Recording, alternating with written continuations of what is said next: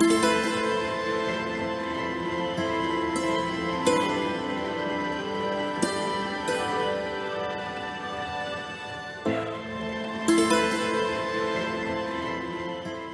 afternoon.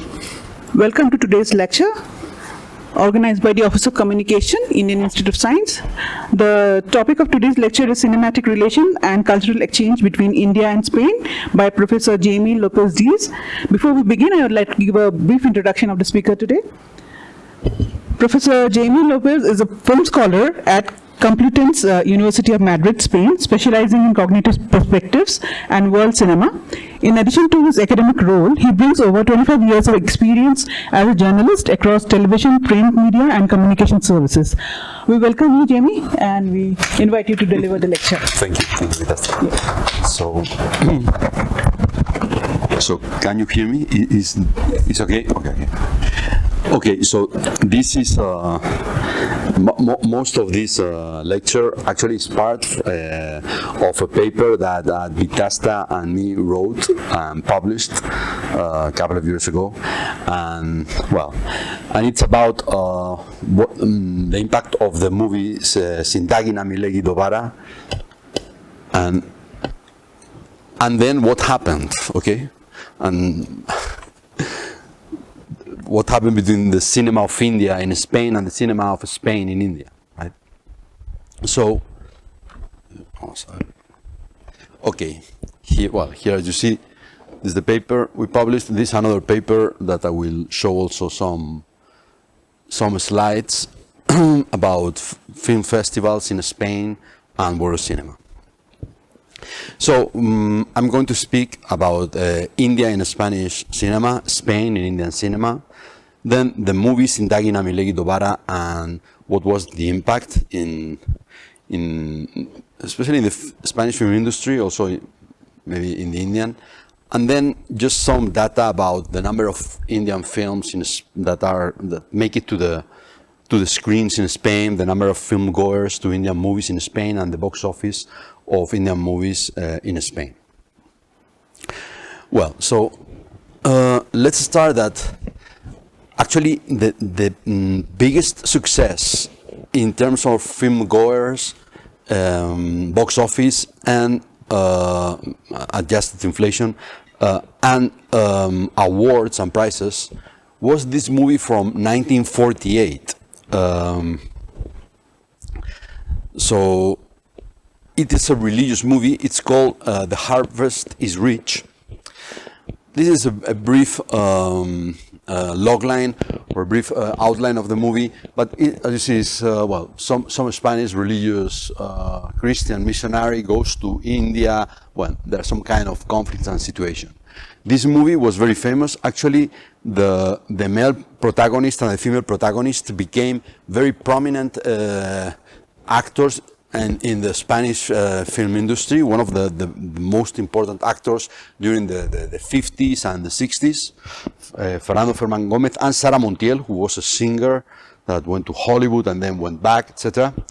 And, well, let me see, it's Windows P, right? So, I have some links, just so you see a little bit the image. It won one of the best awards of Spain at that time. Yeah, okay, I think. Well, this is, as you see, this is how Indian people are represented in this movie. Of course, they speak Spanish. The thing is, there was no internet. There was also Spain was in a dictatorship after. Very civil war that ended in, but maybe I'm not sure. Can I? Let's, okay, so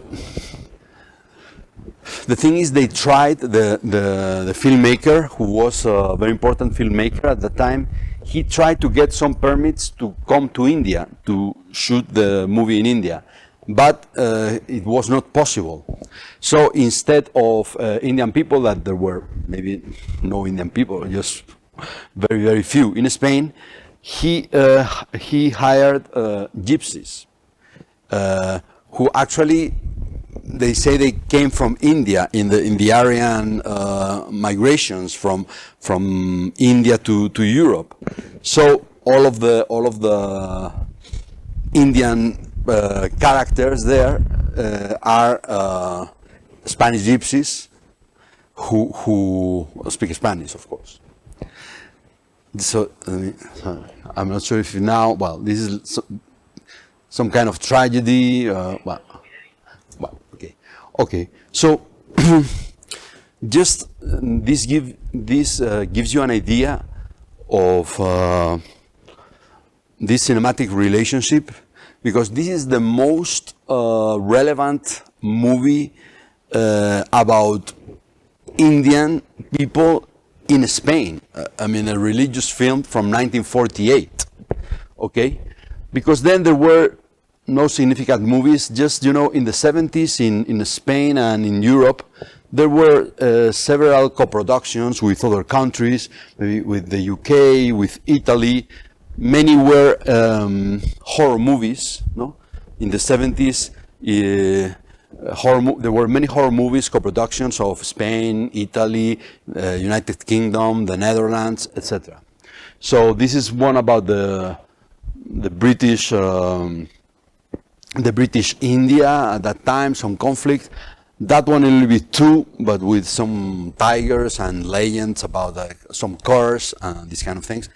But I mean, they were not at all successful, right? I mean, nobody knows these movies. I put them here because I looked for those movies about India and Spain, and you find this kind of movies that nobody knows, and even at that time. So then, well, here some definition was, Gothic horror set in British India, but it was a Spanish co-production. So then we go to the 2010, 2014. This movie is some kind of documentary, a little bit, when some Spanish filmmakers, but just, you know, people starting to do their first feature films, etc.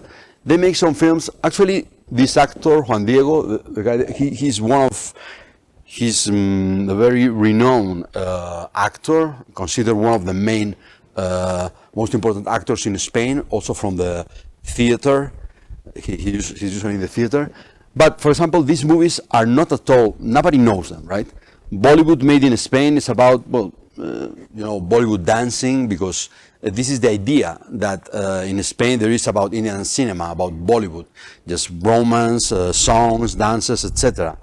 For example, when I show my students, I know Drishyam, for example, of these kind of movies, they are surprised that they are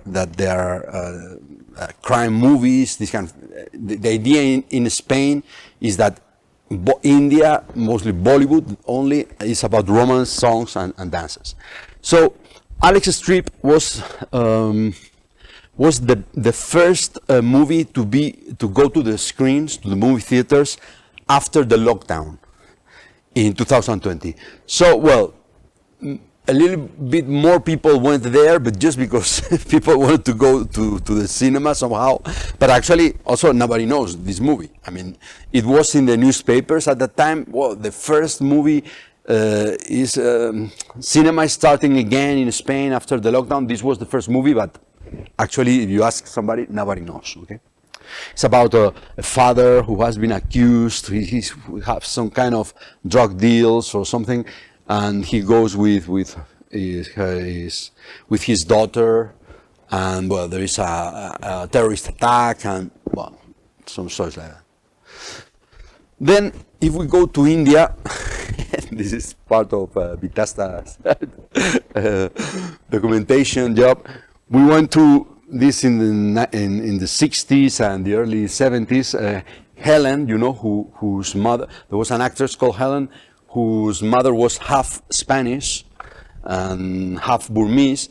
But so, well, for some reasons, she here, well, maybe you can look at some songs that she's dressed like a Spanish flamenco dancer.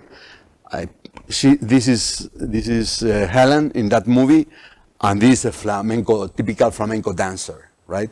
So for some reasons, one of the references for the dancing pieces in this movie was flamenco or Spanish, some kind of Spanish dance. Also, well, there's another movie, Caravan, with the same actress, and maybe some other. And also, you know, I've seen. Have you seen the movie Kill, that came out like 3 weeks ago or 4 weeks ago? I'm not sure. Have you heard about it? No, maybe not. It's a Telugu movie, I think, or Hindi movie, right? Hindi movie. So, okay, yeah. So this movie, that is some bandits get into a train, and so it surprised me that when the patriarch of the bandits enters, you see him for the first time, they have Spanish guitar playing. I don't know why. Maybe because they make some relation with the gypsies or something like that. I don't know, but it surprised me. Latin American film. Latin American, yeah, but Latin American. Films use a lot of guitars during this. Latin American do not use flamenco. Flamenco do not use. But the Mexican films, But it's a different type of. No, they have other type of music. Flamenco is mostly Spain or the south of Spain. So for me, I mean, of course you can find this type of music everywhere, but this type of music is from the south part of Spain. So. Yeah, it's related, but for example, but they have many, of course, they in terms of music, they speak about, they speak Spanish, but they speak about songs that go and to South America and go back to Spain. It's called in Spain like go and go back or something like that, songs or music. So, of course, there is an influence because they were, but it is like very, very Spanish from the Iberian Peninsula. But the director should be asked, or the musician, how? Okay, so, or maybe just they made a relationship. It's Latin America is Spain, so this is the music of Spain. Maybe it was like that. I don't know, but that would be. Then this is the maybe well after. I mean, this is the Indian movie that was the biggest hit, or maybe one of the biggest hits in Spain. But it's actually, they call it. I mean, it's from Mira Nair, an Indian director, but actually it's not very Indian, right? Some people call it, some Indian scholars call this type of movies Bollylights or something like that. That is Indian movies that try to be like Hollywood movies or European movies. And actually you see it's a co-production of India, United States, Italy, Germany, France, and Kingdom. So that's why, that's why it became distributed in India. I mean, in Europe and in Spain, and it became very famous because it was a co-production, a little bit like a Slumdog Millionaire, right? That I think it's not considered an Indian movie; it's a British movie with collaboration from India or co-production or something. But for example, if you go to, I don't know, Bollywood Hungama or this Indian box office, maybe you will not find that movie because it's considered like a Western movie. But it's very Indian. It's everything about trying to be like Bollywood or something like that. It was dubbed to Spanish when it was screened in Spain. Monson, I think so. Yeah. I'm sure. I mean, because I have in my mind the Spanish title. Okay, so I mean, I chose this poster, but I could have chosen the Spanish poster with the name in Spanish. Okay. Then, of course, well, if you go to scholars, this type of people, everybody knows the Apu trilogy by Satyajit Ray. But these are all movies. I mean, okay, it's okay, but since the Apu trilogy, many other things have, many movies have been made in India, also good movies, right? But if you ask some people, some scholars, they will know this, okay? Also, this is, can we see? This is maybe one of the reference. This is a commercial from 2002 that put again, India imaginary is a little bit down. As I said, this Coca-Cola television commercial became very, very famous in Spain, 2002, 2003, I think, right? So this is a little bit the imaginary of India in the Spanish audiences.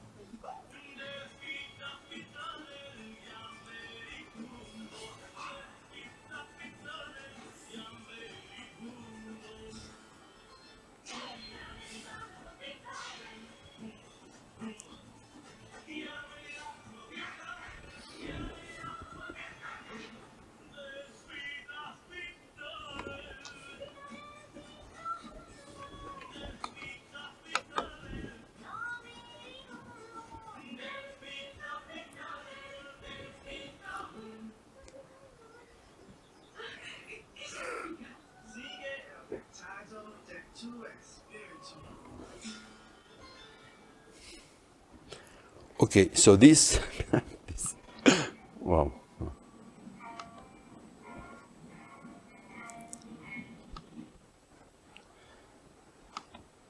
So as I said, this commercial became very famous.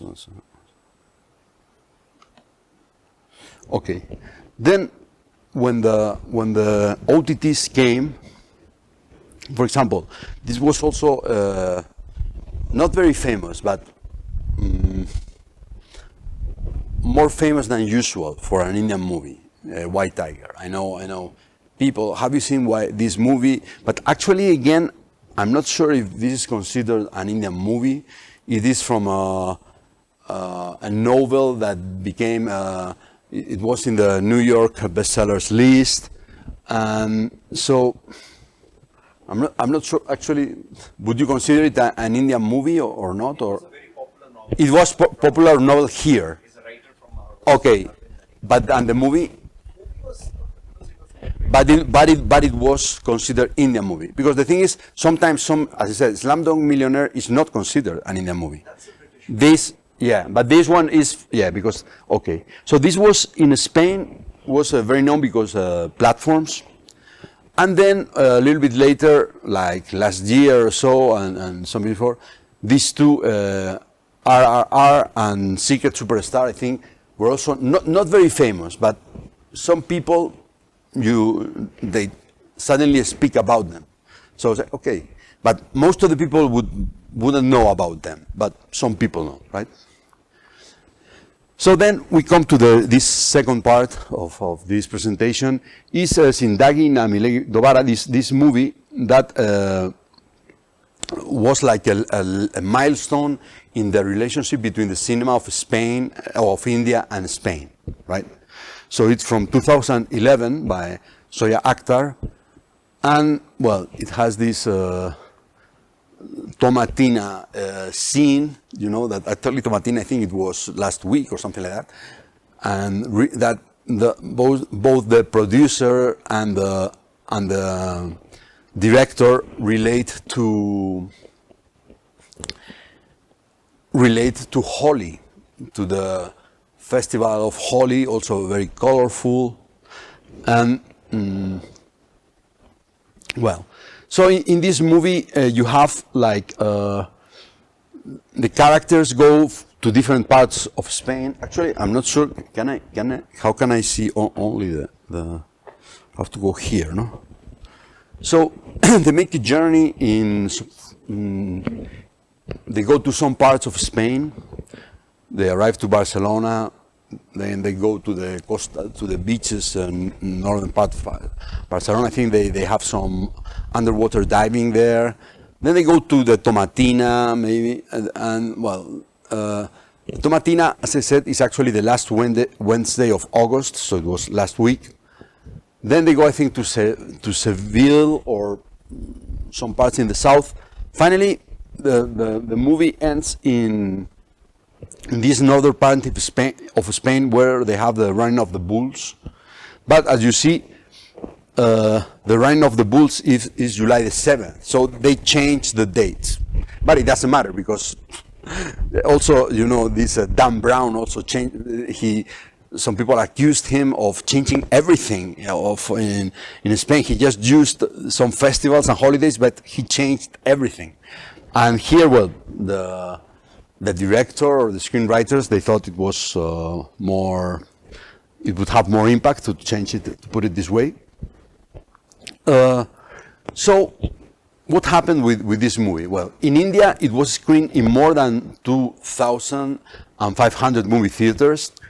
It had the highest box office revenues in India in 2011. It won 7 Filmfare Awards, including Best Film, Best Director, Best Supportive Actor. Even in the UK, it made a lot of money, but it was not exhibited in Spain. You would think, wow, how come? I mean, well, I will tell you this. Almost, let's say, no Indian movie is ever screened in Spain, except for some exceptions. Sometimes the Embassy of India in Spain or the consulate in Barcelona, they organize some screenings from people from India. And for some, I have been invited to several of these screenings.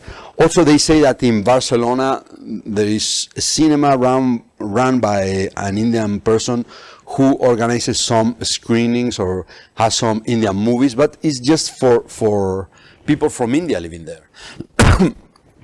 Or from Pakistan. Actually, there is twice more Pakistanis in Spain than India. Maybe it's like 30,000 people from Pakistan in Spain and 15,000 Indians in Spain, right?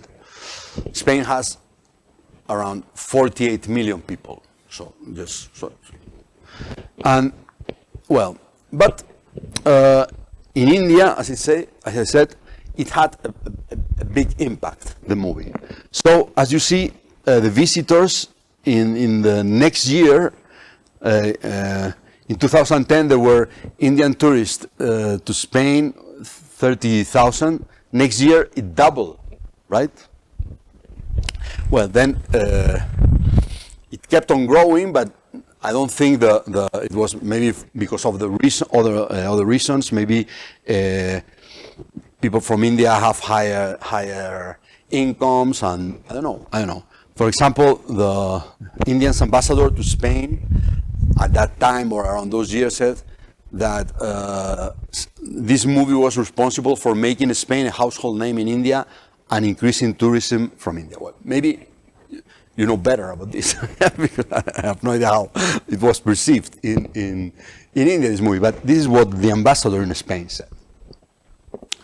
Spain actually is the second country in the world with highest number of arrivals of tourists, but it's always in the top 3. It is always there, with the United States, France, Italy.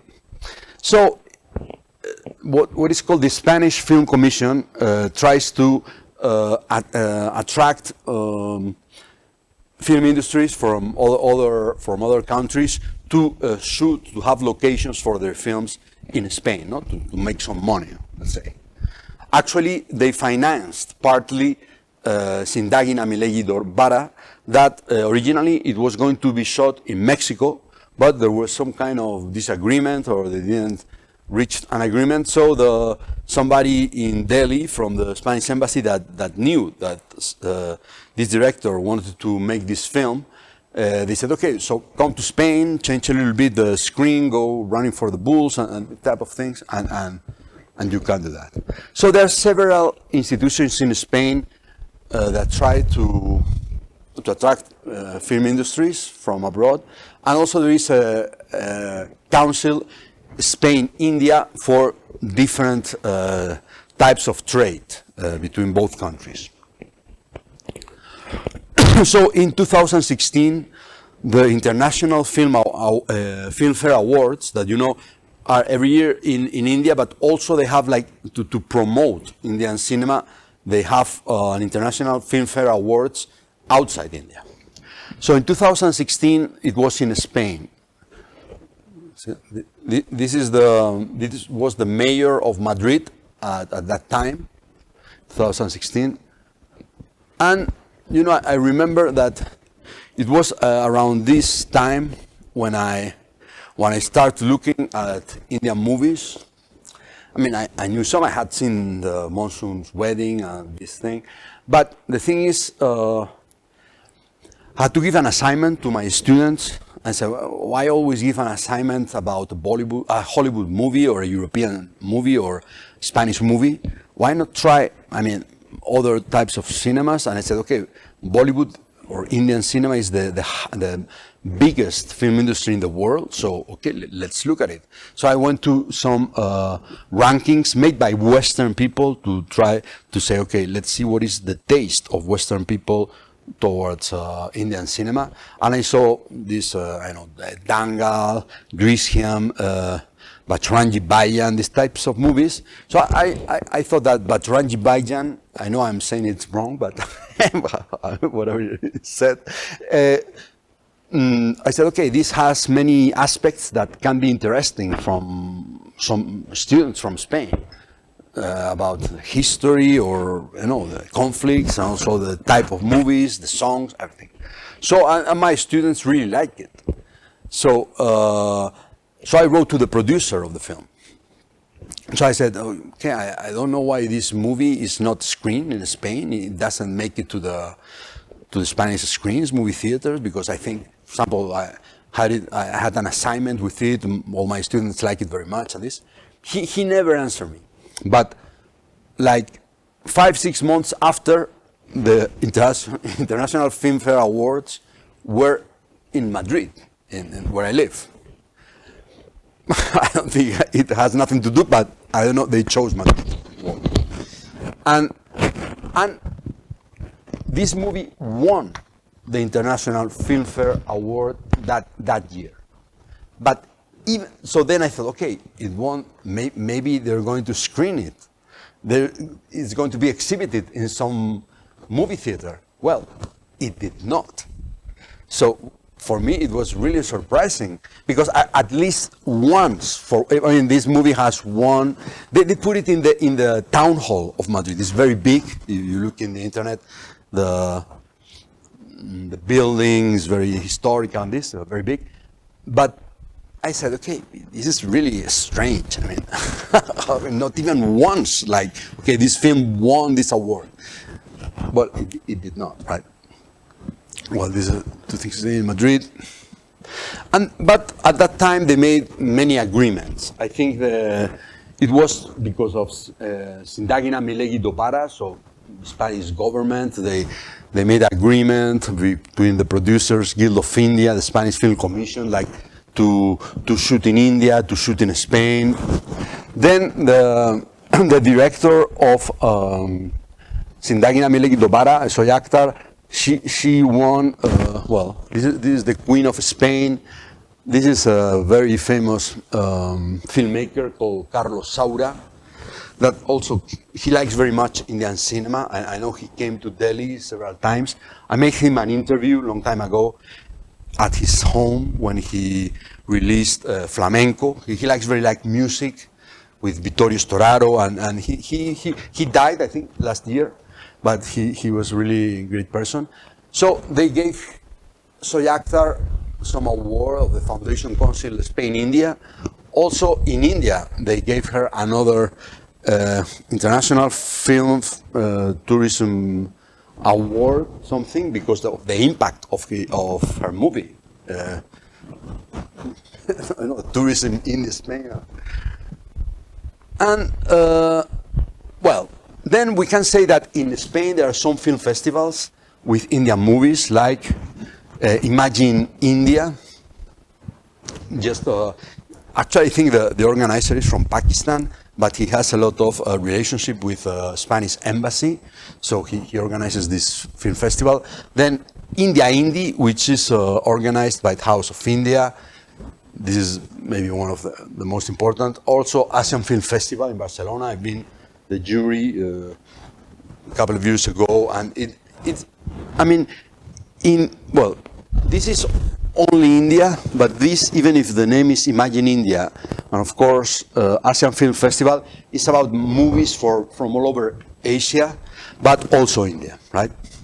So this is maybe one of the few opportunities you have to watch Indian movies in a movie theater, but they are usually independent. I mean, Kalki will never make it to these festivals, right? It's only like more independent, these types of more artistic art movies, or also several Indian movies after those agreements had locations in Spain, right? Or this TV series. I just put 3, but there are several, maybe 10 or 15 movies that have some locations in Spain related to those agreements. And also I made, in 2021, I was the president of this international conference on Indian cinema. Let me show you. So, for example, the keynote speakers, maybe you will know some of them, or at least. We had Shyam Benegal. First, it was going to be Jitu Joseph. As I said, my students, for example, they like very much Drishyam, this movie. I think also if you go to Western rankings of Indian cinema, it's on the top always. So I contacted Jitu Joseph. It was during the lockdown. He said, yeah, great, because I'm doing nothing. I'm in a lockdown. Okay, I can contact this one online. You have to go. So, but the thing is, like 10 days before the conference, Jitu Joseph said that the lockdown, I don't remember where he was in the lockdown, was finished. So he had to start shooting again. So he cannot go to the conference. So the Embassy of Spain told me about a filmmaker from Kerala, and other people told me about Shyam Benegal. So I didn't know, as I said. So I asked some of the participants, people who were going to present, 75% from India. So I asked some of them, do you know this filmmaker from Kerala? And they said, no idea. Do you know Shyam Benegal? And they said, everybody knows Shyam Benegal in India. They said, so I chose Shyam Benegal, and he opened the conference. The ambassador of India was listening to it. Then, one very prominent, I didn't know he was so prominent, Srinivas SV, I think it was actually Vitas the first time, but then I've come to realize that he's really a prominent scholar of the movie, of Telugu movie, or movies from South India. He has several books, and in other parts of India, they told me, oh, you know Srinivas? Yeah, I know him, but I didn't know he was so important. Yeah, he's one of the best scholars on this type of South Indian movies. Okay. Then, well, this Lalita Gopala, who is in the United States, Sangeeta Atta, who is in the UK, but she was in Kerala. She's from the Malayalam film industry. Then some scholars, Indian scholars in the UK. Then this filmmaker, Devashish Makia, who is an independent filmmaker in Mumbai. And this Geeta, who is an independent filmmaker in the UK, but she's from Kerala, I think. Well, this is just so So, no, I'm sorry. Okay. Well, so this is, well, I want to mention my contribution to, no, there are festivals, there are agreements, that. So, then let's go to some numbers, right? Very briefly, no? How many films, Indian movies, are screened in Spain? How many film goers in Spain go to watch Indian movies in the theaters? I'm not referring to platforms, which, as you know, they do not give their data. So you have to figure out that there is a whole approach to try to know how much you do in this and there. Of course, you cannot. But in Spain, at least, you know exactly, more or less exactly, how many people go to watch a movie in a cinema, how much money they made, exactly, the box office. So this is done by the Institute of Cinematography and Audiovisual Arts. They have statistics on everything, how many people want to see a movie that day, etc. And so how many films? So we made a comparison with other Asian film industries. And as you see, India is the second in terms of number of films exhibited in Spain in this period, but it will be something similar in the last 2-3 years. So you see that Japan doubles the number of films of India that are exhibited in Spain. Then you have South Korea and China, right? But this is a little bit, you may say it's a little bit strange. Well, as you see, of course, US films in those years, an average of 550 movies per year, and Spanish films, 431 movies. But this is a little bit strange. This, according to UNESCO, I think this is from 2016. I'm not sure if there are data from, at least from UNESCO for later years. But as you see, India has the highest number of movies produced in the world.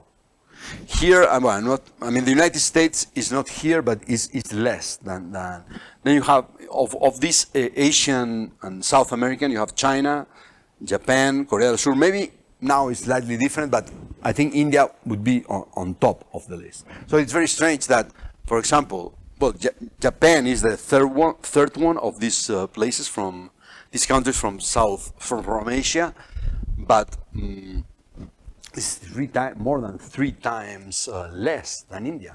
But in Spain, they double the number of films that are exhibited from Japan than those from India.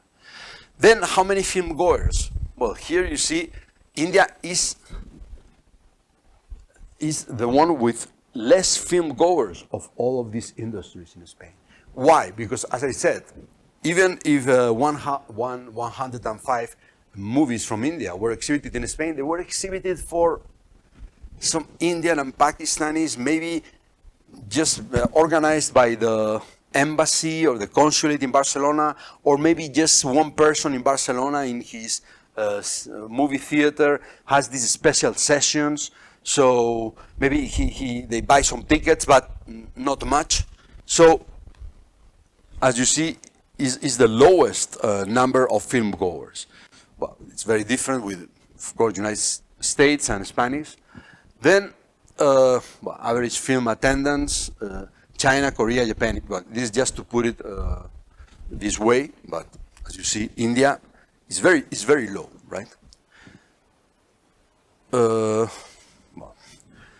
And the same thing. Because the population of China, Korea is more in Spain, is it compared to India? Well, Korea, I don't think so. I don't see many Koreans in Spain. Chinese people, yes, because there are many, and they go. But Koreans, I don't think so. But the thing is, if they are, for example, if they are,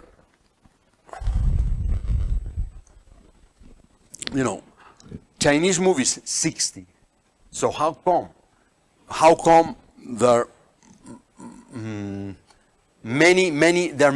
are more Spanish people going to watch Chinese movies, these 60 movies, than the 105 Indian movies? Why? I think this could be a reason that the Indian movies are screened only for some population, while Chinese cinema is screened for in other movie theaters, for more people, right? In more important movie theaters, while Indian cinemas are screened, as I say, maybe it's the embassy who hires a cinema and invites Indian people in Spain to come to watch the movie. So there are only a few, but for Chinese movies, many Spanish people go. Why? I'm not sure. I don't know. Yes. Indians, we have different languages. So South Indian will not be a North Indian movie. North Indian will not be a South Indian movie. No, they are with subtitles because Chinese movies usually are not dubbed. South Korean are not dubbed, and Japanese movies usually are not dubbed. Before 2020, I think the subtitles were very minimal. Before 2020, I rarely saw the movie subtitles. Okay, but you see, in 2015, I mean, only 3 Indian movies were exhibited in Spain, according to the ministry. Only 3. Even Chinese were more, 7. Well, we can discuss it later if you want. So we were box office. It happens the same. India has the lowest average box office of these 4 countries, which film industries are much lower in terms, much less relevant in terms of number of films produced or also number of professionals working in those industries than India. But it's almost, in all these years, it has the lowest average box office revenue. So, and it's always US and Spanish movies have the highest. Well, here we took 2017.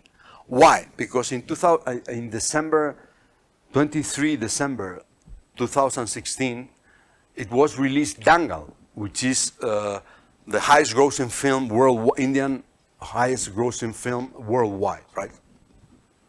So you see, Dangal was not released in Spain in 2017, nor in 2016.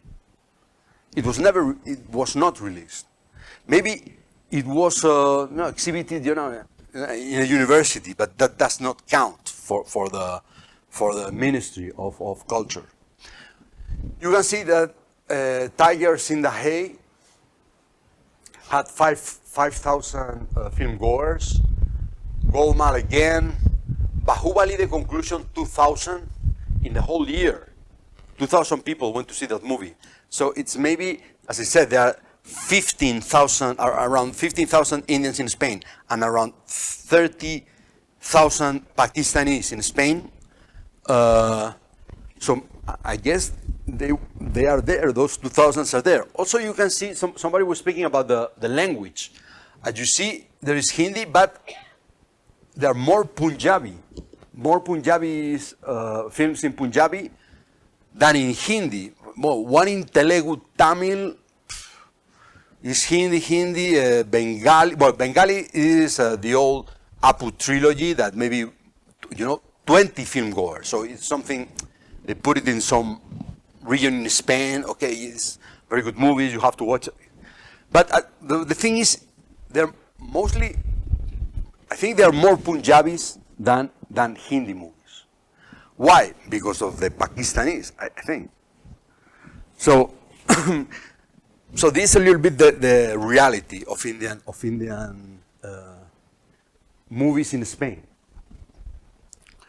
Then, this is from another study.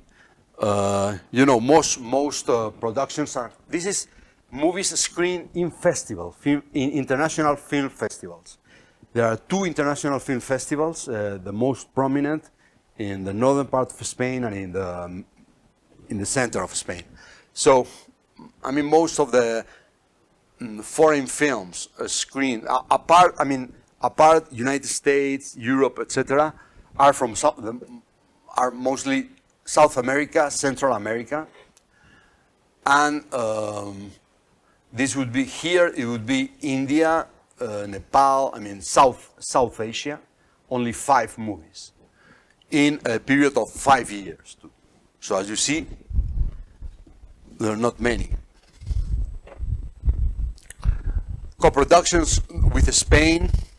You see, mostly Spain co-produces with. Movies from outside the United States or Europe. They have co-productions with Spain, the rest of the EU, most of them, France, Germany, United States, and Canada. And then co-productions with Spain. Spain, most of the co-productions are with Argentina. The highest number. Then Mexico, France, Chile, United States, etc. But China won in a 5 years period. Just so you see what type of movies are made in Spain. So some conclusions. In terms of number of films exhibited, India comes after Japan, which more than doubles Indian films exhibited. But India is at the bottom of the list of number of film goers, average film attendance, and box office revenue in Spain. So one conclusion we have is that 2001 Zindagi Na Milegi Dobara was a great opportunity. At least that's how they saw it. Both governments, right? There were agreements, awards, festivals, International Filmfare Awards, but it did not work as expected. We can look for reasons, or maybe it's a long-term path to know how come no Indian movie, despite of being the biggest film industry in the world, why they're not screened in films, in Spanish movie theaters. And thank you very much. So. Much for this wonderful talk. If anybody in the audience has any questions, please feel free to.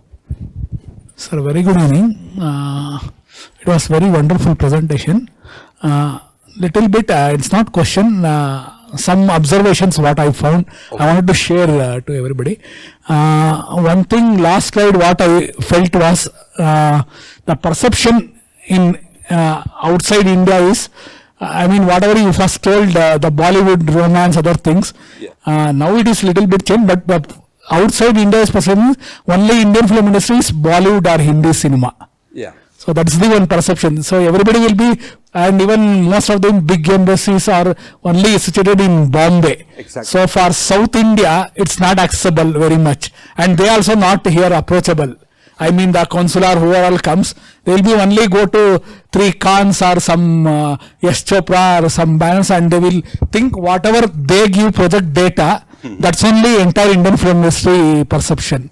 So to add on little bit, before Zindagi, it is 2011, if I am right, the first Indian film to be shot in Spain was Rajinikanth's Shivaji in 2007. Okay. By Shankar. It's a Tamil film. It was about Spain. No, it was first. Just the location. They shot. Yeah. It has to be another place. Yeah, I want little bit inputs I am saying. So that was the first film to shot in Spain. For grandeur they explained it. Why I am talking this one is, the Hindi film industry, even big banners who are all like Yastraj films, everything, they will, if they want to shoot abroad, mostly they will look for incentives, rebates and other things.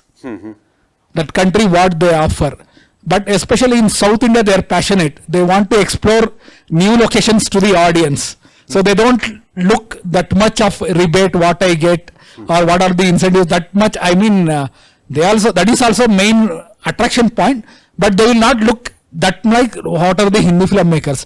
So that is one I feel, whatever you said, that agreements, whatever that did not work out, post that one. I think in the paper we mentioned Shivaji, because they mentioned many films with location. I only showed 3, Yeah, I know. but we have the whole list of Yeah, I films that know. have been shot, Indian films that have been shot in, because I think, this ministry has a lot of statistics. So we have the whole list of movies. Yeah, so I think Shivaji, I think. Yeah, it was shot in Bilbao, that museum and Bilbao, all. Bilbao. Yeah, Bilbao. Okay. That was the first. Then even in Bangalore, whatever here, the Kannada film industry, two superstar film who expired in 3 years back, Puneet Rajkumar, his 2 films were shot around same time. Some in Bilbao and other locations in 2012, and later on in 2016, other in Barcelona. And during COVID, if I am right, most of the Telugu films, I think that was Spain was the little bit relaxed for COVID during. I was accessible for in foreign locations among European countries. So 2-3 films of Mahesh Babu, Ravi Teja, everybody, it was post COVID 2021-22. Most of them they shot in Spain only. Okay, well. They matched for US So since you they think could not that go in to. South Indian film industry went to Spain Yeah. several times. Yeah, then some of the films to match US locations since they could not go to, the COVID was very much there. So they shot in Spain to show us in this one, US. Like that. So what I wanted to say is, I'm not saying whatever your data is wrong, but now, as you told, how is the perception in Spain or Europe, because now Hindi films, they are not doing with songs like earlier, whatever. It's only like promotional or for YouTube or the release. In title cards, it will be hardly 2 to 3 minutes, songs 2 or 3. Even last Shah Rukh Khan's 2 films were shot in Spain. Pathan and I think Pathan 1 and Fighter, Okay. Hrithik Roshan's. Yeah, I saw. Only for songs they came to Spain, beach locations, other things. But it was only 2 to 3 minutes, that's all. So now the Hindi film, they are no longer making whatever Raj Kapoor or Mithun Chakravarti, which that songs, or even this one, Hum Aapke Kaun, those kind. Little bit one maybe Sanjay Leela Bhansali or other 2 filmmakers. Recently, last year, Animal had good songs and they incorporate more music and others. Otherwise, now Hindi film industry, they are no longer doing songs. So how the now perception outside? As I said, in Spain, there mostly no perception. For example, the first time I mean, in Spain, nobody knows Indian film. Just maybe RRR because of, it wasn't, but not many people. I mean, only people, some young people, but nobody. For example, South Indian movies in 2022, they became, well, actually the highest grossing film domestically in India is Bahubali. While worldwide is Dangal because of China, but the highest grossing film, well, according to those statistics that are not very reliable because nobody knows, there are no official statistics, but usually they say it's Bahubali domestically in India. But in Spain, nobody knows about any movie. Well, that's, I go almost every year to Morocco, right? I have some people from Madrid, we go, like 20, 25 people, we go to Morocco and we stay with people from there. And they know very much Bollywood. They have TV channels, only Bollywood, like B4U, things like that. And for example, I have a friend who knows by heart some Hindi dialogues, but he doesn't know Hindi. Just because to watch in the in the television. And he said that when he was a little boy, he escaped through the window while his parents thought he was sleeping to go to the movie theater and watch. He said in his village there were only Bollywood movies, only. As I say, in Spain, nobody knows who is Amir Khan. Nobody knows who is Bahubali. Nobody. I mean, 99% do not know. Maybe but even students of film studies, or in my faculty is not a film school, but you can learn something about movies, and they don't know. They they don't know anything. I mean, they don't know almost anyone. Nobody knows Indian movies. So what is the perception of South Indian? They have no perceptions. There are no perception. KGF, for example, nobody knows what is KGF. Even if now in India some people are considering the debate whether which is the national Indian cinema. Is it Bollywood? Or now is becoming more national cinema, South Indian film industry like Telugu, Kannada, even Tamil, maybe not Malayalam, but also they are more with the dubbing, the platforms, and they are, you know, this way Kalki, you have Prabhas, and I mean actors from all over India, some pan-Indian. So, but this is a debate here, but nobody knows. Nobody's going to know Kalki. I can assure you. If next year, nobody. It was very big apparently because you cannot rely on what they say, but nobody knows. Nobody knows. So what is the perception? There is no perception at all. There is never an Indian movie in a Spanish screen. Might be some exceptions, but it's for Indian people mostly. And some very strange people. I don't know if that answered. Sorry. Okay. Yeah. You projected some statistics for the Indian movies shown in Spain, isn't Yes. it? I was really disappointed with those figures. Okay. Because with 15,000 from India, 15,000 from Pakistan, put together 30,000, even for 30,000 population, those statistics are very poor. For a country which stands out to be number one in movie making. What do you think the Indian producers can do to improve these statistics? Well, you know, I asked several people, I asked, for example, not these big cinemas or commercial cinemas, commercial movie theaters, but movie theaters in Madrid where they show films like Chinese movies, Japanese movies with always with subtitles. So why Indian cinema don't make it there? Okay. There should be some exceptions. There are some Indian movies that are intended to go to film festivals like Cannes, Venice, Berlin, Toronto, Sundance, etc. Okay, those movies are usually 1 hour and a half long. For example, I remember The Photographer some years ago, maybe 5 years ago, something like that. Those movies make it to these movie theaters like for where they show many foreign movies. But commercial Indian cinema, South Indian or Northern India, they never make it. So as I said, if an Indian movie is, but you know, these types of these type of movies are usually unknown in India, or almost, no, or only some people. For example, The Photographer. Have you seen it? Do you know this movie? Well, maybe somebody in the audience, no, but it is the protagonist is a very famous actor. Exactly. Yeah.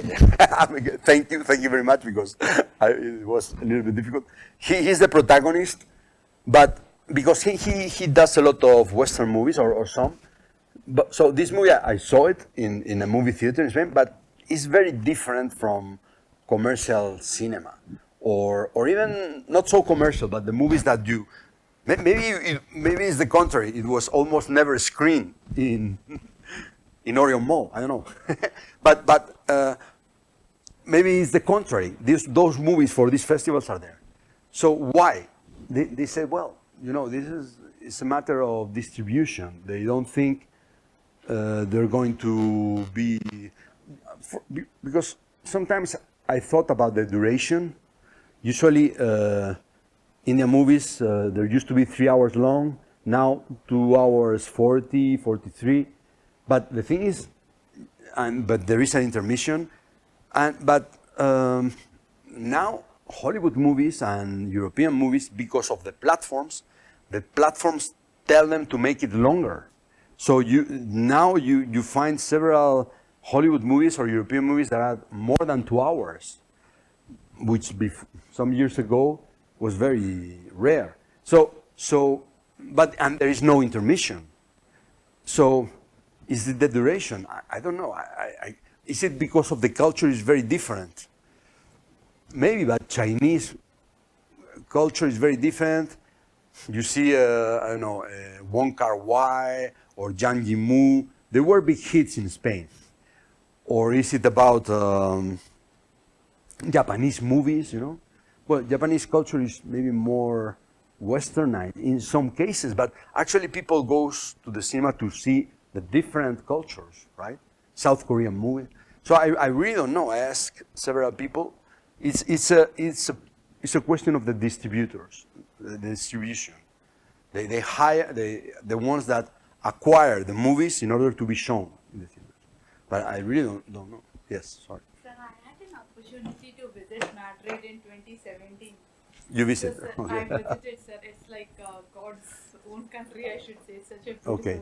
And Indians are more into trading, sir. There, I have seen alcohol factory, beer manufacturing company. So I was actually so busy exploring agriculture, trading. I really didn't got time when I didn't knew that IISc will give us such a platform for a budding entrepreneur to join with the Spain film industry and make a film about India. But what is the question exactly? Sir, we would like to make a career in media, in film. So how can your organization can support startups? Well,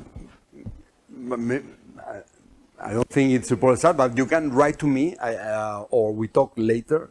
Well, not later because I have a meeting, but I'm going to be here this week also. So you can write to me, or yeah, and I'm just to because this is something more precise, not that maybe how to do it. Yeah. So then, I mean, tomorrow, or you can write to me and you tell me, and we meet in Nestara or someplace here. Sorry. Yeah. I can shed some insights because I went driving all around Spain. Okay. And I went across the channel, across the sea, and went into Morocco and went all around Morocco as well. Okay. So I can share you some real insights to your answers. Okay. And for a start with culture, my nephew was 3 years old, did schooling here, and now is in Spain for his school. Again, the language sometimes is a problem. And also we don't have direct flights from India to Spain. Yeah. My mother had to go to Swiss, then to Barcelona, and then somewhere else, a different flight. So connections, job opportunities, these things play a key role. There are more cinemas in London because there are more job opportunities for India. Again, job opportunities, you need more, language is a problem. So things like that. If there was a friendship, two countries have to improve. And probably things has to slowly move in there has to be trade, there has to be language. Alliance Française, they have a school here. The French have a school here to teach. So probably Spanish can do something here. Yeah, but I mean, I'm not from the Spanish government. Or I know. But what I mean is, okay, the language is different, but how does it affect the movies? Because Chinese is different, Japanese is different, South Korean is different, in German is different, French. I mean, in Spain, most of the Spanish, most of the foreign films are screened with subtitles. Yeah. Unless in the US, for example, that they don't like subtitles, subtitles at all, so they have remakes. In Spain, these type of movies are with subtitles, or they dub them, but they have to be like blockbusters, American movies. But from Asia, you have to watch them with subtitles. They are not dubbed. Okay. So then the problem of the language, what I mean is the same for Japan, for China, for India. So I don't think the language is a big reason. I don't know if there is not a tradition, or I don't know what it is. I mean, Probably the filmmakers are not working for a global audience. I think our filmmakers are only targeting Indian audiences. So they need to open up. I mean, unless, well, that is my opinion, I think. They're only making films for Indian diaspora abroad. They're not making for Spanish. So they've totally forgotten. I was in the US also for some time to totally forget. And I went up to one of the movie stars in the US, Ramesh from Bangalore. And then there's also Ambrish, I met him somewhere. I told him the need to integrate people worldwide, whether it be US, UK, or even Spain. I mean, you need to create movies which have worldwide appeal. So we are doing a little bit in our own way to create this awareness of including. yeah, it is, but you know what I think? I think some of these Indian movies are really attractive, appealing for me, for my students. I think for Spanish audiences, and they are very different. Yes, they are. But I mean, if you see Wong Kar-wai's movies or South Korean movies or even some Japanese movies, they are very different. The culture is completely different. It's true that Japan or South Korea something, but China, you know, these Jang Ji-moo movies, these martial art, and it's like so. But people watched them when they were released in Spain. They were big hits or some kind of hit, and so India is also different. For example, you see Bajrangi Bhaijaan. Also, there are some remakes I didn't mention here of Spanish movies being remade in several countries, and one is India. And maybe I'm not sure if I think they are not very successful, or maybe some, but so, yeah, the culture is different, but it's also appealing to watch another thing, another world, no? And also, I mean, I think the Spanish people, I think maybe, because I think we're coming to global situation, probably things might improve, because China was a dominating trading power in the past. I mean, maybe a little bit now. But yeah, so people are curious to know more about Chinese and Japanese cultures. India is picking up. So probably Spanish audience will also allow to see more Indian movies now. Maybe. So maybe, fingers crossed. Let's have a plane first. Maybe. Yeah, it's good. So many Spanish guitar in India, sir, but we don't get Indian guitar in India, like Hawaiian guitar, which was the first product of India. The what? Which The was innovated in Allahabad, Hawaiian sitar. Guitar. Yeah. So here we get Spanish guitar, but we don't get Indian guitars. You don't? I'm in desperate need of Indian You guitar. don't get them here. Yes, sir, we Okay. get here Spanish guitar. But not Indian. But It's all no, valid, it's sir, not because possible. of technology, Okay. all old instruments is being replaced by the new instruments. Okay. Sir, can you a little bit brief about how is the Spanish film industry, how much films it produced, and how? Well, yes, there was around 431 in this period. Each year were released in Spain, were exhibited. Spanish movies exhibited in Spain. So, and these are a lot. I mean, so most of them will have very low box office revenues, and some of them, for example, you want me to talk about Spanish cinema? Or what, I'm not sure. Yeah, approximately, according to those data, around 431 movies per year are released in the Spanish screens. And how is the government support to the film industry? Spanish government, Well, like there is subsidy, incentives, those there, kind. there is a big support, I think. Also, the television channels, companies, it's mandatory, or they have some taxes benefits if they support Spanish films, or maybe, Spanish films. So when you watch Spanish movie in the beginning, almost always there are television companies producing. There are several. Maybe the company of the filmmaker, or some producers, some small companies, but then almost always it is